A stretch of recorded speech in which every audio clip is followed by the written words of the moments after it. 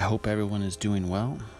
I wanted to share some of my latest research in regards to our electrical universe.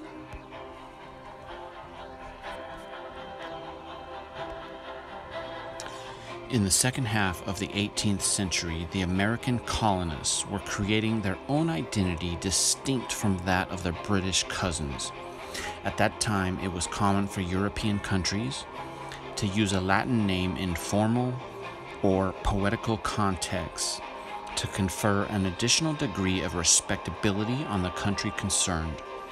In many cases, these nations were personified as pseudo-classical goddesses named with these Latin names. Located on a continent unknown to and unnamed by the Romans, Columbia was the closest that the Americans could come to emulating this custom.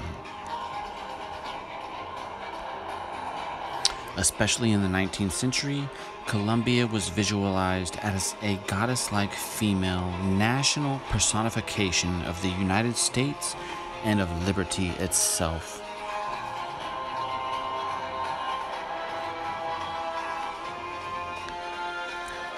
Almost all female goddesses are the personification of Venus, and Columbia is America's as above, so below Venus goddess.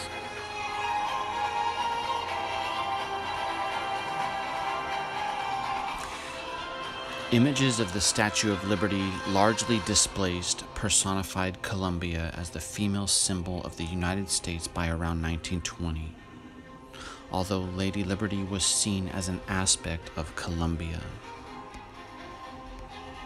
The Statue of Liberty replaced Columbia as our Venus, our latest as above, so below.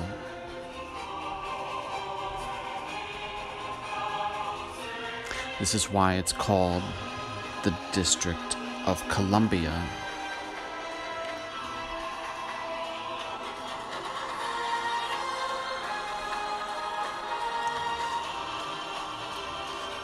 And this is a Masonic temple 13 blocks away from the White House in the District of Columbia.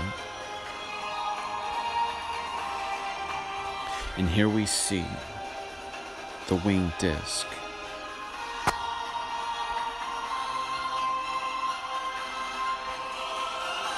In the same temple, the same Masonic temple, again, the winged disc.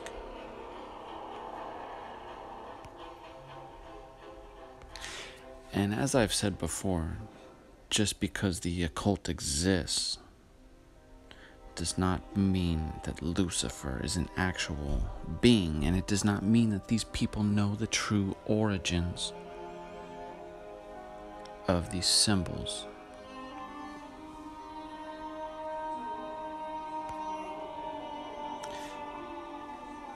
This Reichstag dome at the Parliament building in Germany, I believe, is a reconstruction of the mountain of God.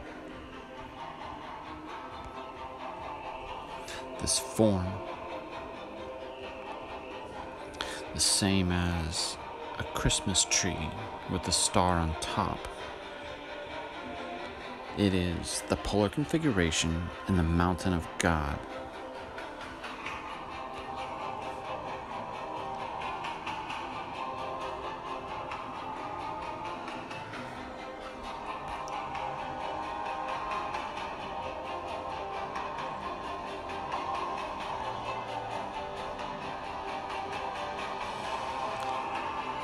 The Hermetic astrological principles of using the planets and the stars to heal the sick.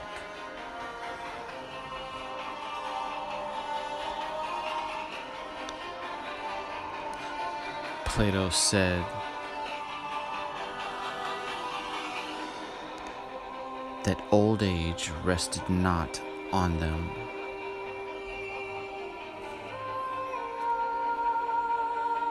The Atlanteans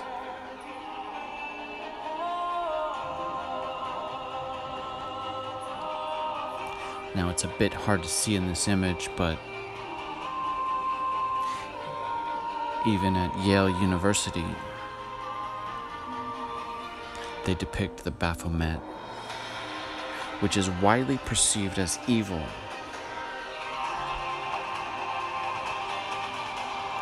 But ultimately, it is the cataclysm.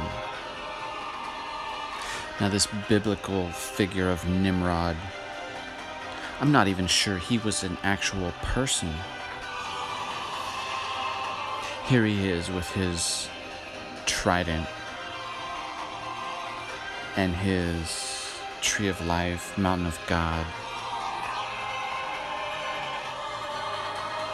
His rebellion against God and the temple of the Lord.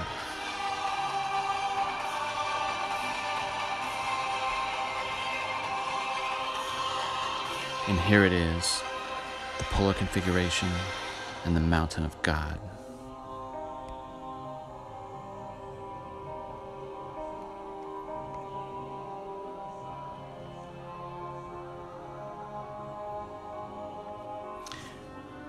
And I see the three of the polar configuration.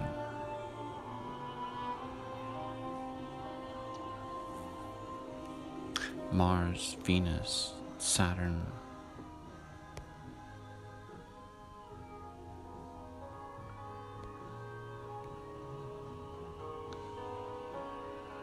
And here we see the different aspects of Ishtar,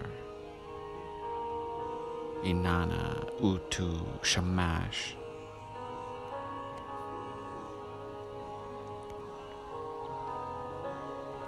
Attempts to match Nimrod with historically attested figures have failed.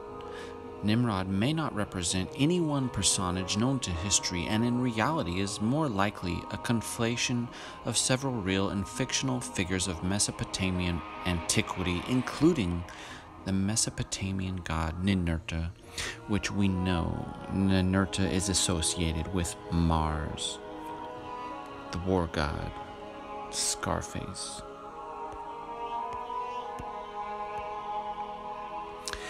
And his Tower of Babel is no tower at all.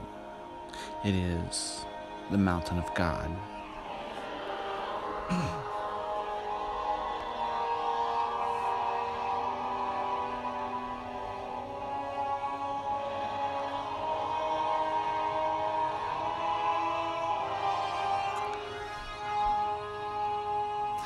This Shaft of Baal.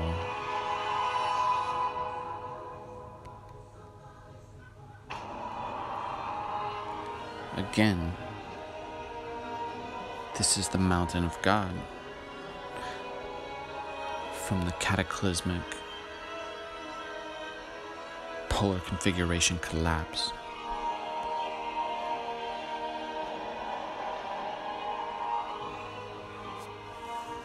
The devil, the winged disc.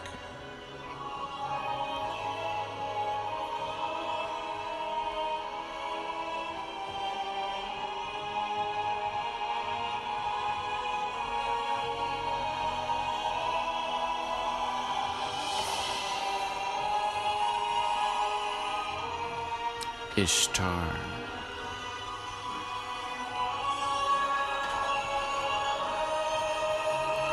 Inanna, Utu, Baal.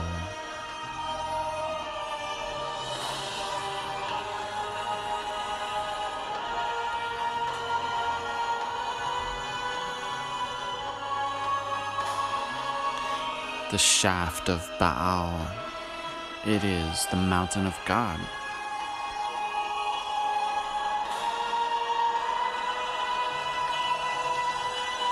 Is this Baal, or Ishtar, or Utu, or Inanna? It is Saturn, Mars, and Venus in the polar configuration.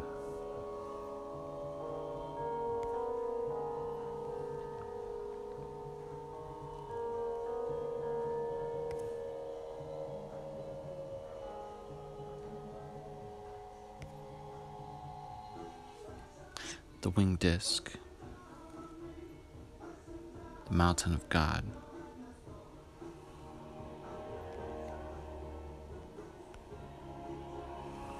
Ultimately, it all comes back to this: the temple of the Lord, the Most High.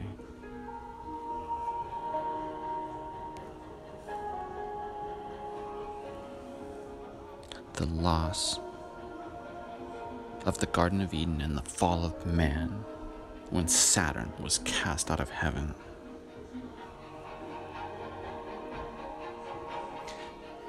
And we saw that old serpent